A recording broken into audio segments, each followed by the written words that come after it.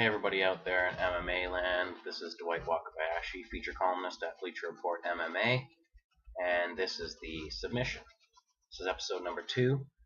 In this episode, just going to touch briefly on some UFC 135 predictions for the main card. Of course, Johnny Bones Jones against Quentin Rampage Jackson, and also going to give another update on UFC 140 in Toronto. 2 fights added there, and going to update that for you later in this episode. Okay, we're going to start off with some predictions. This weekend, UFC 135 goes down in Denver, Colorado. Headline fight, Johnny Bones Jones, great fighter, champion of the light heavyweight division. He'll be facing Quentin Rampage Jackson. Of course, everyone knows him. Actually had the honor and pleasure of meeting Johnny Bones Jones earlier this year in London, Ontario. He was there at one of the fight shows, making an appearance, and I was able to interview him. And great guy, great champion. This is his first title defense, and I see in the headline fight between him and Rampage, I see him winning. I don't think he's going to knock Rampage out, but I definitely see him putting a bit of a hurt down on Rampage, and it's going to be a good fight. Rampage will definitely test Johnny Jones's chin a little bit, and I think he's going to get in there. He's not going to be scared to go in, but Jones is going to have to bring a whole bunch of different tricks, and I think he will, and he'll end up coming out with a decision on that one. The next fight after that, the second fight on the card is Matt Hughes. Matt Hughes will be taking on late replacement Josh Koscheck. Of course, he was supposed to fight Diego Sanchez.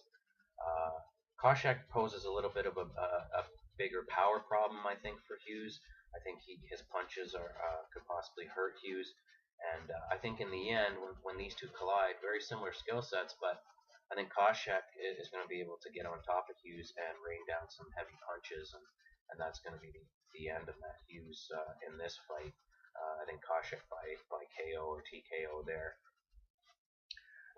The next fight of the evening on this card, we'll see a big heavyweight tilt between one big up-and-comer, Travis Brown, coming off a big knockout of Stefan Struve, which basically he did a leapfrog over Struve in the rankings or in the eyes of fans with that win. He's got some momentum right now.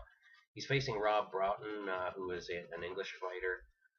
He trains over in England and is fairly new to the UFC. He actually does have a win in the UFC over Vinicius Quiros, and that was in England, and that was via submission. I see Brown taking this one. I see him going right in there, going after him, and aggressively knocking him out. I don't know much about Broughton, but I don't think he's going to be able to hang with Travis Brown. The next fight, we see a lightweight tilt. We saw a great fight a few years ago between Nate Diaz and Takanori Gomi under the Pride banner. This is Nate, his brother. We all know Nate is coming off a couple of welterweight bouts. The last one, which saw him take a bad beating from Rory McDonald at UFC 129. It was said all along that Nate didn't like welterweight. He wanted to be at lightweight. He always stated that to his camp. Well, he's got his wish. He's back at lightweight now. He's got a tough fight in Takanori Gomi. I think in this one, the difference is really going to come down to Diaz's his will. I only say that because I think he's going to be hugely motivated in this fight, coming back off of 2 bad losses at welterweight, where he really couldn't mount any offense at all. I think that he's going to be happy to be back here, and he's going to be motivated to win. And Gomi sometimes goes the other way. He's been to the top of the mountain, and sometimes in fights, his will can be broken if it doesn't end up staying in a standing-up slugfest.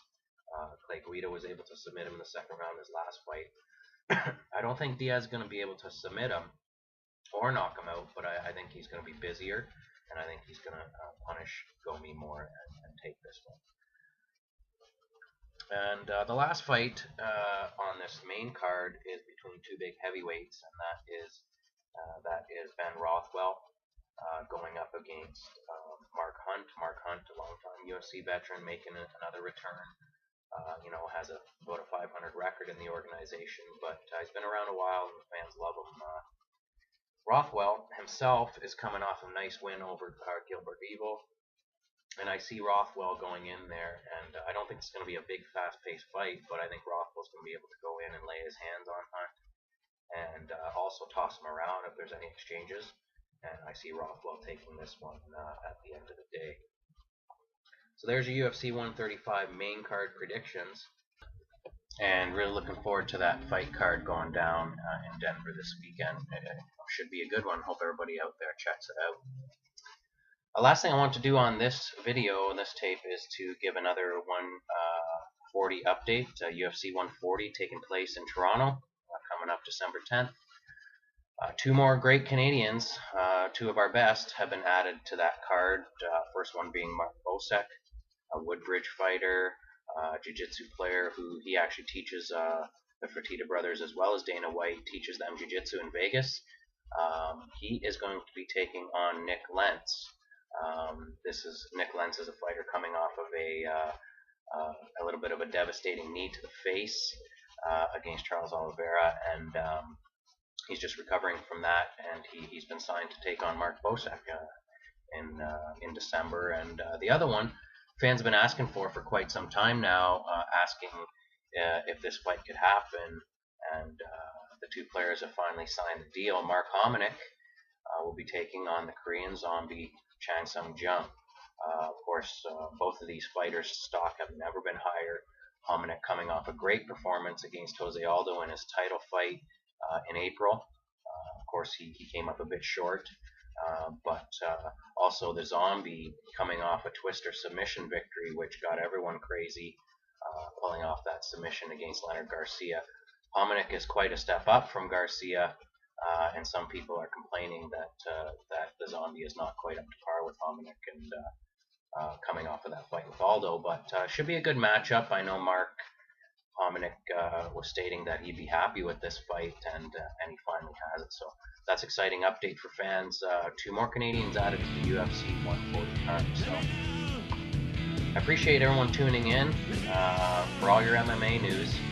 Please follow me, Dwight Wakabayashi, at Bleacher Report MMA, at MMAcanada.net, and also you can see some Chatham Kent news at CKSN.ca. You can follow me on Facebook, Dwight Wakabayashi, or you can also check me out on Twitter under Waka Fighter MMA.